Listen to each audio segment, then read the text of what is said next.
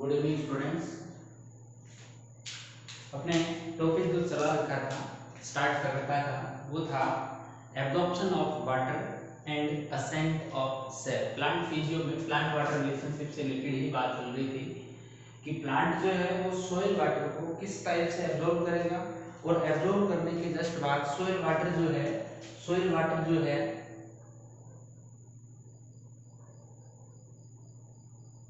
आपके रूट्स में आ जाएगा, और रूट्स में आने के जस्ट बाद में ये जो वाटर है वो अपसाइड यानी लीफ तक जाने वाला है।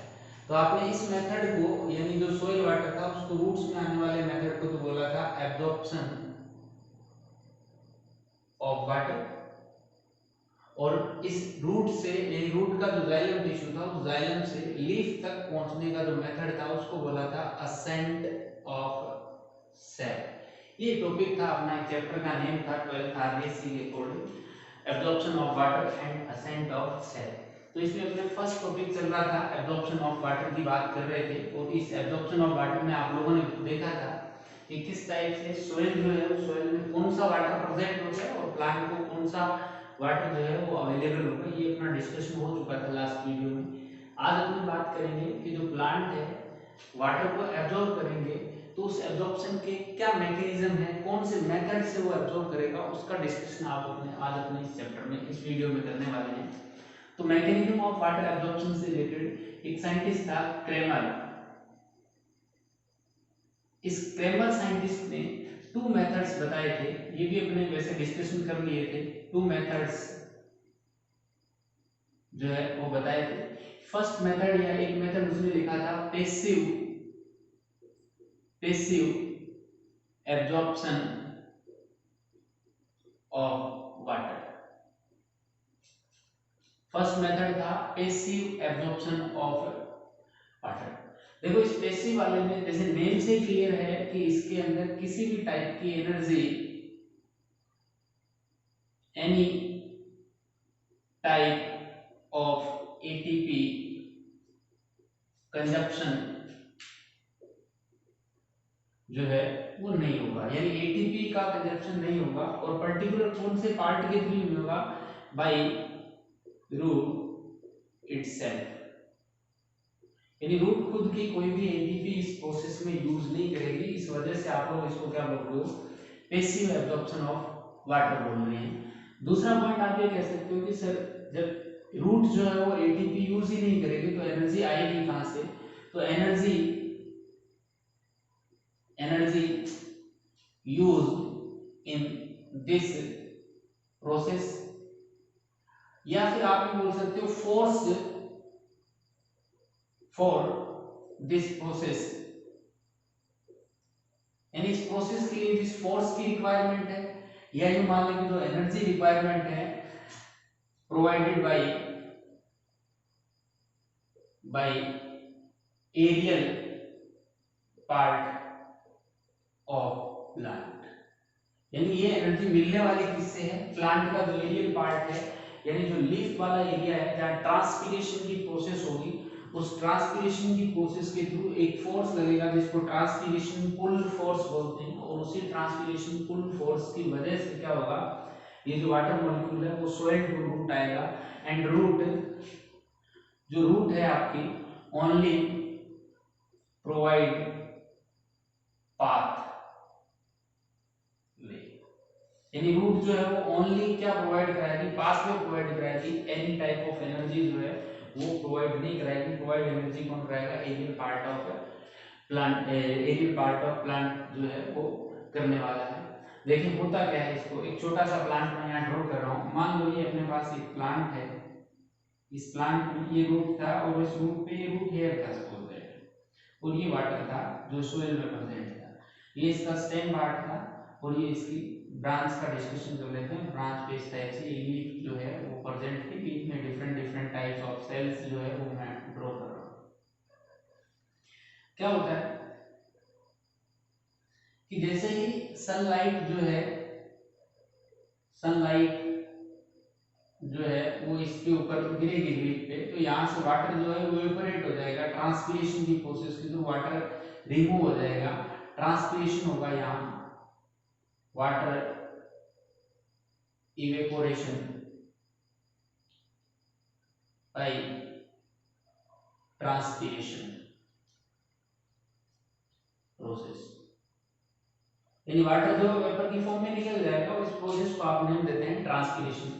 जैसे वाटर मॉलिक्यूल इन सेल से निकलेगा तो इन सेल्स में कंसंट्रेशन जो है वो क्या हो जाएगी, इंक्रीज होगी। और कंसंट्रेशन इंक्रीज, क्योंकि यहाँ वाटर लेस अमाउंट में हो गया तो इसमें जो सॉल्यूट थे वो तो प्रेजेंट है अभी भी, इस वजह से यहाँ कंसंट्रेशन इंक्रीज हुई। कंसंट्रेशन इंक्रीज होते ही आप बोलोगे कि सर इस सेल की जो डीपीडी है वो क्या हो गई भाई, इंक्रीज हो गई। इन सेल्स की क्या हो गई, डीपीडी इंक्रीज हो गई। अब इसकी डीपीडी इंक्रीज होगी तो ये क्या करेगा, इसके जस्ट पीछे वाली सेल से वाटर एब्जॉर्ब करके नॉर्मल डीपीडी पे आएगी। अब जैसे इससे एब्जॉर्ब कर लिया तो इसकी डीपीडी कम, इस टाइप से चेन डेवलप हो जाएगी जस्ट पीछे वाली सेल से, और इसी चेन्स के थ्रू वाटर जो है वो आपके एक फोर्स, वाटर कॉलम पे एक फोर्स डेवलप होगा, और उस फोर्स को लास्ट में जाते जाते वो रूट का जो जाइलम टिश्यू उस पर फोर्स आ जाएगा, और उसी के थ्रू जो वाटर है, सोइल वाला वाटर जो है, उसी फोर्स की वजह से आप साइड में खींचता है। मतलब आप यूँ कह सकते हैं कि इसमें रूट वाला जो एरिया है, रूट का जो एरिया है वो किसी भी टाइप की एनर्जी यूज नहीं कर रहा for absorption of water, only path provide करा रहा है। रूट का कोई पर्टिकुलर रोल है तो सिर्फ और सिर्फ पाथ वे प्रोवाइड कराने का है। टोटल एनर्जी या फोर्स जो जनरेट कहाँ से हो रहा है, एरियल पार्ट ऑफ है, एरियल पार्ट ऑफ प्लांट जो है, या लीफ वाला एरिया जो है, लीफ एरिया जो है जहाँ से ट्रांसपिरेशन सबसे ज्यादा हो रहा है, वो एरिया इसके लिए पर्टिकुलर एनर्जी प्रोवाइड करा रहा है। इसी को क्रेमर ने बोला ये पैसिव एब्जॉर्प्शन है, और अप्रोक्स 96 to 98% वाटर जो है वो इस मेथड से एब्जॉर्ब होता है। टोटल वाटर का अप्रोक्स 96 to 98% वाटर एब्जॉर्प्शन जो है वो कौन से मेथड से होगा, इस पैसिव एब्जॉर्प्शन मेथड से एब्जॉर्ब होगा। तो ये तो अपना था एक मेथड था मैकेनिज्म में, जो पैसिव मेथड की बात कर रहे थे। दूसरे मेथड का भी डिस्कशन कर रहे हैं अपने यहाँ पे, एक बार स्क्रीनशॉट ले लें इसका। सेकंड मेथड है एक्टिव एब्जॉर्प्शन ऑफ वाटर, यानी एक्टिव, देखो नेम से ही क्लियर है कि इसमें कहीं ना कहीं आपकी एनर्जी जो है वो एटीपी जो है वो यूज होगी, और ये एनर्जी जो है वो कहाँ से आने वाली है, रूट की खुद की एटीपी जो है वो यूज होने वाली है।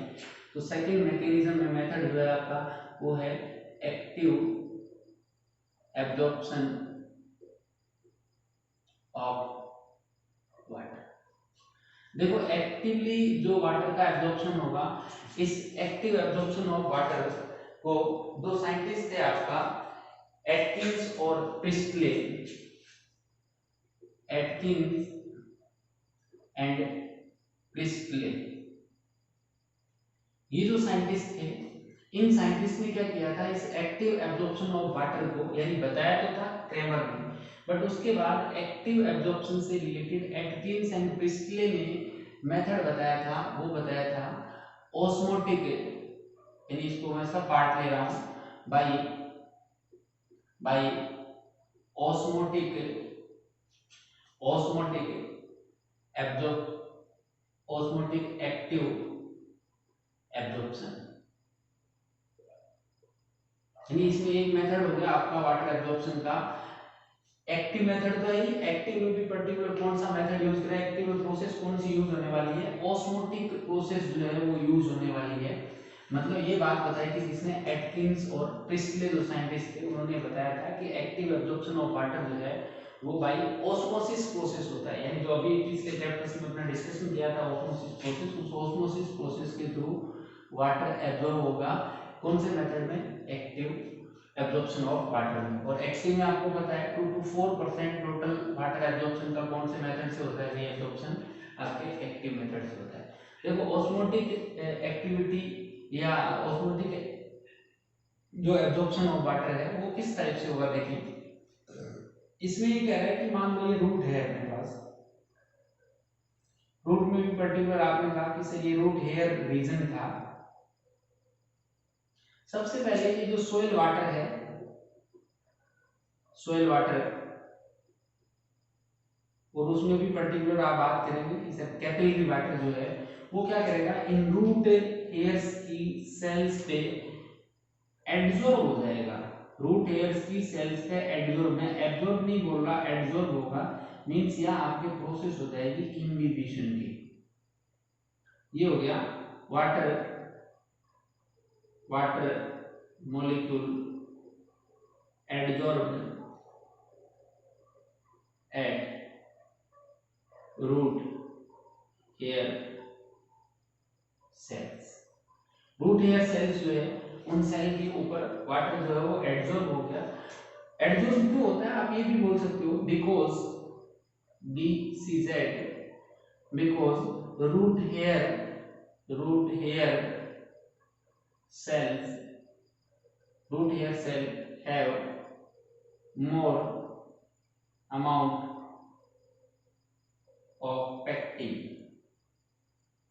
यानी इनकी सेल वॉल जो है उनमें आपको ज्यादा अमाउंट में क्या मिलने वाला है, पेक्टिन। और आपको पता है कि पेक्टिन जो है वो आपके इम्बिबेंट सब्सटेंस की तरह से बिहेव कर रहा है, और इसी वजह से जो सोइल वाटर है वो किसकी सरफेस पे अटैच होगा, वो रूट हेयर की सरफेस पे अटैच हो जाएगा, इम्बिबिशन की प्रोसेस होगी। और आफ्टर अटैचमेंट ये कह रहा है कि इस एरिया जो है, इस एरिया के अंदर आप लोगों के, क्योंकि ये वाटर मॉलिक्यूल बाहर ज्यादा हो गया और इसके अंदर क्योंकि सेल जो वैक्यूलर सेप जो है इस रूट हेयर का, उस वैक्यूलर सेप के अंदर कंसंट्रेशन क्या थी, ज्यादा थी।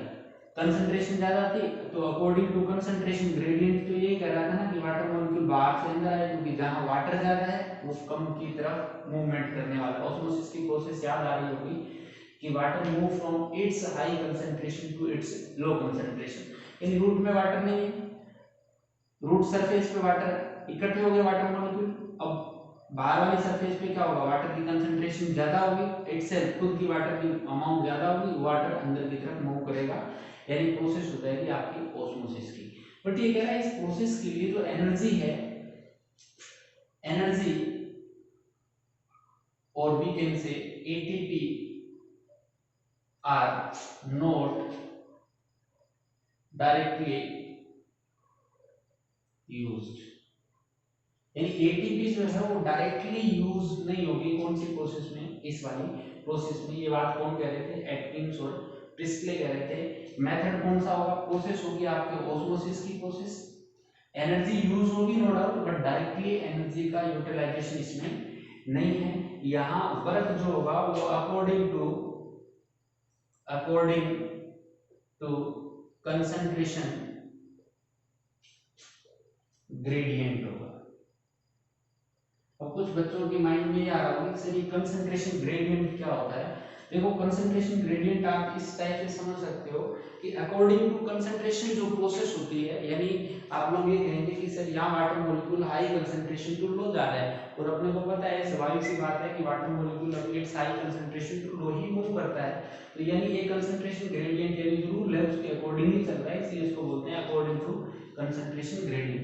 यानी यहाँ सिस्टम तो अकॉर्डिंग टू कंसंट्रेशन ग्रेडियंट है, इस वजह से डायरेक्टली एटीपी जो है वो यूज नहीं होगी, डायरेक्टली ना होके इनडायरेक्ट यूज होता है एटीपी का। कौन सी प्रोसेस में, osmotic active absorption of water में। ये बात किसने बताई थी, एटकिंस एंड प्रिस्टले ने। और ये एक्टिव एब्जॉर्प्शन ऑफ वाटर में फर्स्ट मेथड हुआ आपका बाय ऑस्मोटिक एक्टिव एब्जॉर्प्शन। तो एक बार इसका स्क्रीनशॉट ले। दूसरा मेथड जो था वो बताया था non osmotic active absorption of water. Second method है अपने बी मेथड जो है वो है non osmotic active absorption of water. Non osmotic active absorption of water, यानी ये जो प्रोसेस है एब्जॉर्प्शन ऑफ वाटर, जो साइंटिस्ट देने वाले थे इस मेथड को वो थे बेनेट एंड थीमैन। ये दोनों साइंटिस्ट थे जिन्होंने non osmotic method active absorption of water बताया था, और ये बता रहे थे कि in this process, in this directly ATP are directly used, यानी इस प्रोसेस में एटीपी जो है वो डायरेक्टली यूज हो रही थी। ये बात बताई थी बेनेट एंड थीमैन ने। और इसमें आप ये कह सकते हो एटीपी डायरेक्ट यूज हो रही थी, इस वजह से यहाँ जो है वो आपका प्रोसेस और वी कैन से एब्जॉर्प्शन जो है वो हो रहा था अगेंस्ट कंसंट्रेशन ग्रेडियंट। यानी ये प्रोसेस जो है वो कैसी हो रही थी, अगेंस्ट कंसंट्रेशन ग्रेडियंट हो रही थी, कंसंट्रेशन ग्रेडियंट के अगेंस्ट हो रही थी। इस वजह से इसमें डायरेक्टली यूज हो रहा था काफी। एटीपी मेथड बताया था कौन किसने, बेनेट एंड थीमैन ने। और प्रोसेस कौन सी थी, नॉन ऑस्मोटिक, यानी ऑस्मोसिस वाला सिस्टम यहाँ अप्लाई नहीं हो रहा, कि बोल रहा था कि डायरेक्ट वाटर को एब्जॉर्ब करने के लिए डायरेक्ट एटीपी की रिक्वायरमेंट रहने वाली थी। तो ये आपके मैकेनिज्म ऑफ वाटर एब्जॉर्प्शन में, यानी आप सीधा सा ये कह सकते हैं कि सोयल वाटर जो है वो रूट हेयर के थ्रू रूट के जाइलम में किस मेथड से आएगा उसकी बात आप लोगों ने की, जिसको आपने बोला एब्जॉर्प्शन ऑफ वाटर। दो मेथड बताए, एक पैसिव था और दूसरा था आपका एक्टिव एब्जॉर्प्शन ऑफ वाटर। तो इसका भी स्क्रीनशॉट लें, इसके बाद अपनी बात करेंगे pathway of water, pathway of water या path of water in plant और इन रूट। यानी ये तो कंफर्म हो गया अपने को कि जो सोयल वाटर था वो सोयल वाटर रूट हेयर्स में या रूट हेयर्स के थ्रू जाइलम टिश्यू जो था उस जाइलम टिश्यू के पास में जा रहा था। मैं देखो एक डायग्रामेटिकली भी बता रहा हूँ। ये जाइलम टिश्यू के लिए मैं एंडोडर्मिस ड्रॉ कर रहा हूँ। ये एंडोडर्मल सेल है प्लांट की। लास्ट ईयर एनाटॉमी में अपने डिस्कशन किया था। जस्ट एंडोडर्मिस के इनसाइड आप लोगों ने डिस्कशन किया था कौन सी लेयर होती है अभी, पेरिसाइकिल। ये आपके ब्लू कलर से मैंने ड्रॉ कर दी पेरिसाइकिल। और पेरिसाइकिल के जस्ट इनसाइड आप लोगों ने कहा था कि इस टाइप से सर जाइलम जो है वो मिल रहा था अपने को, और रूट जो थी उसमें एग्जार्च कंडीशन ऑफ जाइलम मिल रही थी। मतलब प्रोटोजाइलम जो है वो आउटसाइड था, टुवर्ड्स पेरिफेरी था, और मेटाजाइलम जो था वो इनसाइड था। ये मेटाजाइलम था, ये प्रोटोजाइलम था। ये जाइलम टिश्यू जो है वो ब्लैक कलर से मैंने ड्रॉ कर दिया। चलिए देखो, इस एंडोडर्मिस में सारा ड्रॉ नहीं कर रहा, इस एंडोडर्मिस के जस्ट बाहर की तरफ आप बोलते हैं कि सर ये कॉर्टेक्स, क्योंकि एंडोडर्मिस भी किसका पार्ट है, कॉर्टेक्स का ही एक पार्ट है। Innermost layer of cortex is known as endodermis. ये मैं कॉर्टेक्स को ड्रॉ कर रहा हूँ, कॉर्टिकल टिश्यू है। और अपने को पता था कि कॉर्टेक्स जो है उनके बीच में इंटरसेलुलर स्पेस जो है वो अपने को मिलने वाला है। ये कॉर्टिकल सेल्स आ गए। उन कॉर्टिकल सेल्स के बाद में आप लोगों ने कहा कि सर यहाँ एपिडर्मल सेल्स जो है वो अपने को मिलने वाली थी, और इन्हीं एपिडर्मल सेल्स की जो आउटग्रोथ थी उन्हीं को आप बोल रहे थे रूट हेयर्स। क्या नेम दे रहे थे भाई, रूट हेयर्स नेम दे रहे थे। ये कंप्लीट नहीं ड्रॉ करके मैं इतना ही ड्रॉ कर रहा हूँ, इसी से समझे आप लोग। देखो ये था रूट हेयर, रूट हेयर। ये आपकी थी एपिडर्मिस,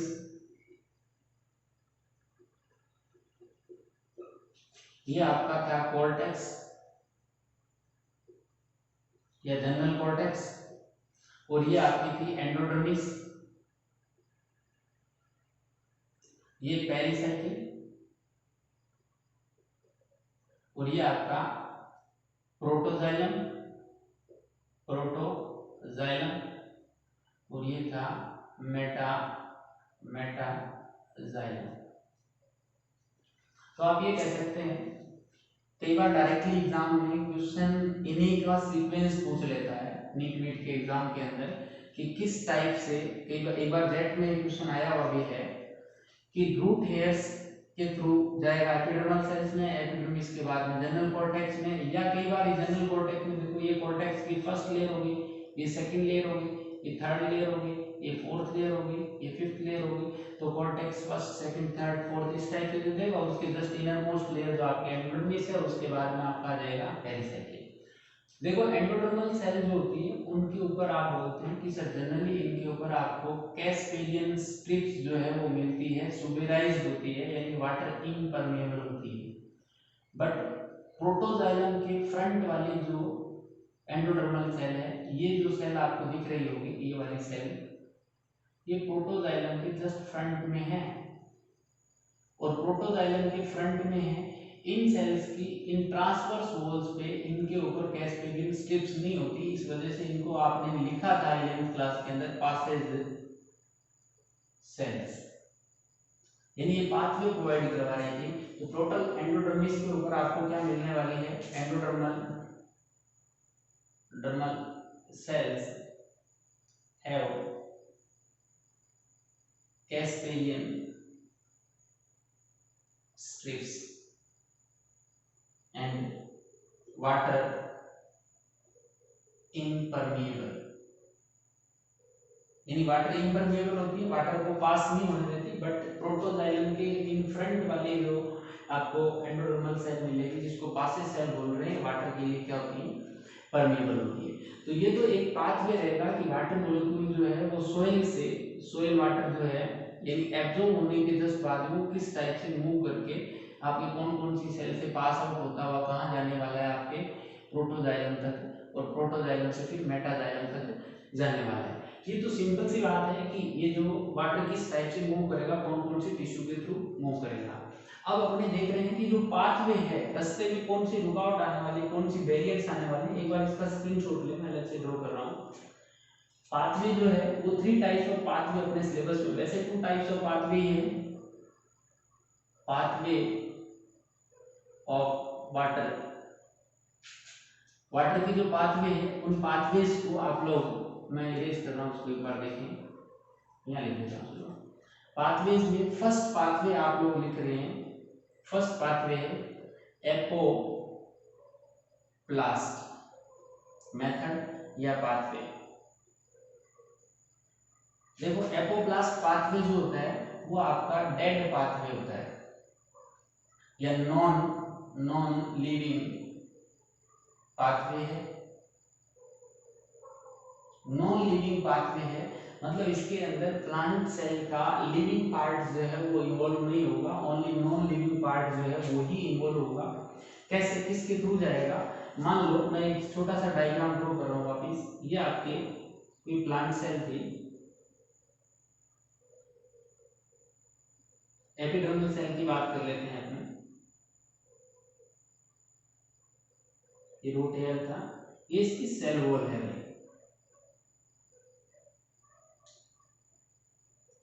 इसकी सेल वॉल, इसके कनेक्शन में जो सेकंड सेल थी उसमें भी इस टाइप से सेल वॉल मिलने वाली है,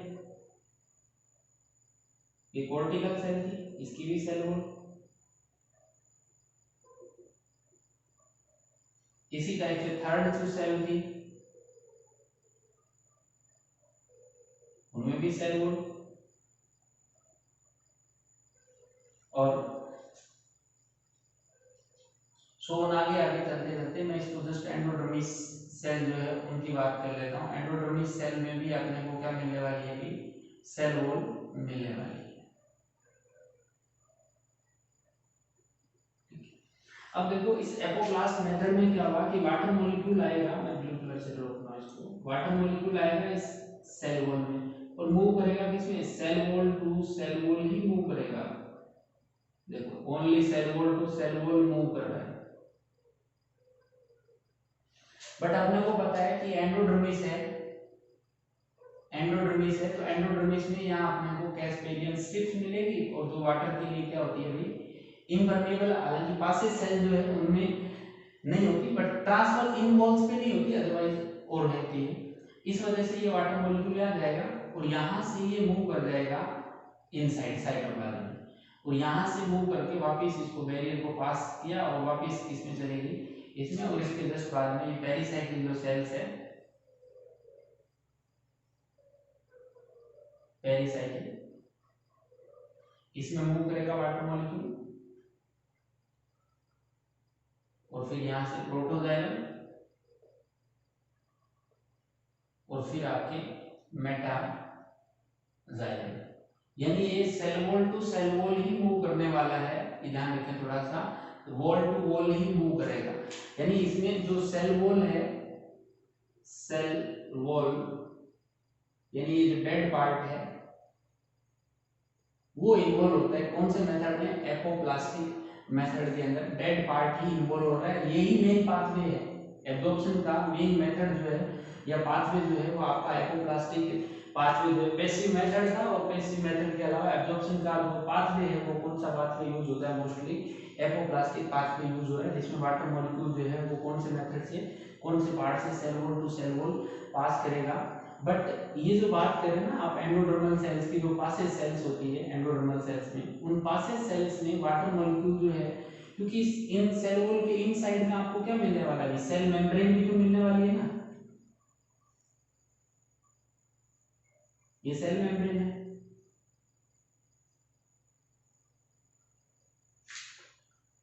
तो यहाँ ये देख रहे होंगे आप लोग कि एंडोडर्मल सेल में जो वाटर मॉलिक्यूल थे वॉल में, वो एंडोडर्मल सेल की मेम्ब्रेन को पास आउट करके इसके साइटोप्लाज्म में, और साइटोप्लाज्म से वापस किसमें चले गए, वॉल में चले गए, यानी यहाँ इसने मेम्ब्रेन को पास किया। इस वजह से इन एंडोडर्मल सेल्स में जो एपोप्लास्ट मेथड है, उस एपोप्लास्ट मेथड को आप बोल सकते हैं ट्रांस